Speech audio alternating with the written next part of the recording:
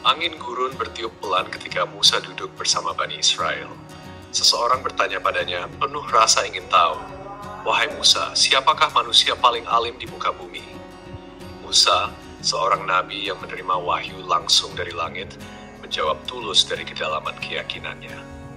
"Aku." Jawaban itu seketika mengguncang langit. Bukan karena Musa sombong, tidak, ia kekasih Allah kalimullah. Tapi Allah ingin mengajarkannya satu pelajaran yang agung, bahwa ilmu Allah tak bertepi, dan para hambanya menyimpan rahasianya di balik tabir-tabir tak kasat mata. Lalu turunlah wahyu, "Hai Musa, ada seorang hambaku lebih alim darimu.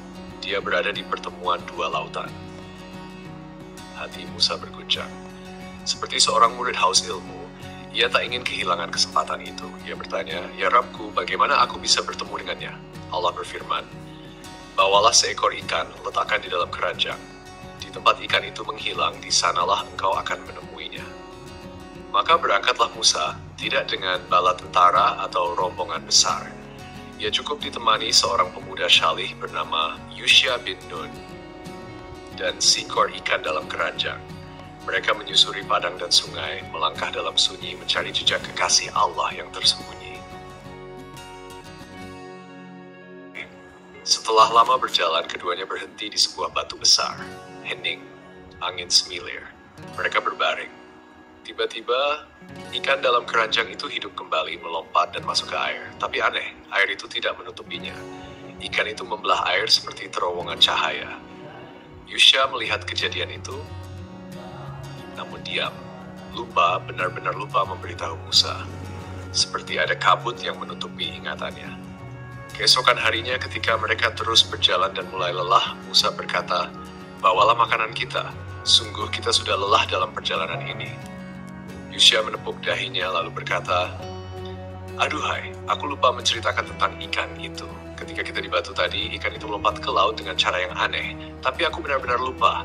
Setanlah yang membuatku lupa mengabarkannya padamu." Musa pun tersenyum penuh semangat. Itulah tempat yang kita cari. Mereka berbalik, menyusuri jejak kaki, kembali ke batu. Dan di sanalah pertemuan dua lautan ilmu. Di dekat batu, mereka melihat sosok pria misterius. Pakaiannya aneh, sikapnya tenang tapi dalam, wajahnya seperti menyimpan samudera. Dialah Khidir As. Musa memberi salam dan berkata, "Aku Musa." Khidir menatapnya. "Musa dari Bani Israel?" "Ya," jawab Musa. "Aku datang untuk belajar darimu. Ajarkan aku sebagian ilmu yang telah Allah ajarkan kepadamu." Khidir menggeleng pelan. Suaranya seperti angin malam. "Wahai Musa, engkau tidak akan mampu bersabar bersamaku. Bagaimana engkau bisa sabar atas sesuatu yang belum engkau ketahui hakikatnya?" Namun Musa yang tulus dan haus ilmu menjawab dengan rendah hati, "Insya Allah, engkau akan mendapati aku sabar. Aku takkan menentangmu dalam hal apapun." Khidir pun menetapkan syarat. "Jika engkau ikut bersamaku, jangan bertanya tentang sesuatu pun sampai aku sendiri yang menerangkannya kepadamu." Dan mereka pun berjalan.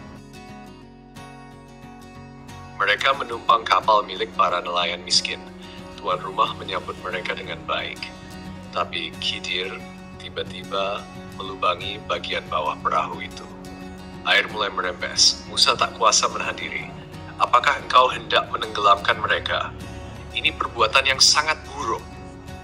Khidir hanya menatap dan berkata tenang, "Bukankah aku sudah bilang kau tak akan mampu bersabar?" Musa menunduk. "Maafkan aku. Aku lupa." Mereka melanjutkan perjalanan. Di tengah jalan, mereka bertemu anak kecil yang sedang bermain. Tiba-tiba, tanpa peringatan,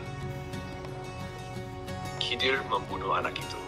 Mata Musa membelalak, jantungnya berdetak cepat. Ia berseru, "Apa engkau membunuh jiwa yang suci bukan karena membunuh orang lain? Sungguh ini perkara mungkar." Khidir menatapnya lama. "Bukankah aku sudah katakan engkau tidak akan mampu bersabar?" Musa pun berkata, "Jika setelah ini aku bertanya lagi, jangan izinkan aku bersamamu. Maafkan aku." Mereka tiba di sebuah desa. Penduduknya kasar, pelit, dan menolak memberi makan. Tapi ketika mereka lewat, Khidir melihat dinding tua hampir roboh. Ia langsung membangunnya kembali, tanpa meminta upah sedikit pun. Musa tak tahan. Kalau kau mau, kau bisa minta upah dari mereka. Khidir berhenti, menatap Musa lembut. Inilah perpisahan antara aku dan kamu, tapi akan aku jelaskan rahasia perbuatan-perbuatanku, penjelasan dari dunia yang tak terlihat. 1. Perahu itu milik para nelayan miskin.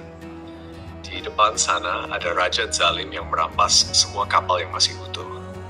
Maka aku lubangi agar kapal itu terlihat rusak dan mereka selamat. Anak kecil itu kelak akan tumbuh menjadi musuh bagi kedua orang tuanya yang beriman. Ia akan menyeret mereka dalam kesesatan dan penderitaan. Maka Allah ingin menggantinya dengan anak yang lebih baik dan membawa rahmat. Dinding itu milik 2 anak yatim. Di bawahnya ada harta peninggalan ayah mereka, seorang lelaki syalih. Allah ingin agar mereka tumbuh dewasa dan mengambil haknya dengan selamat. Maka aku bangunkan dinding itu kembali agar tak diambil orang-orang pelit tadi. Semua itu bukan aku lakukan atas kehendakku sendiri. Itulah rahasia yang tak bisa kau sabari.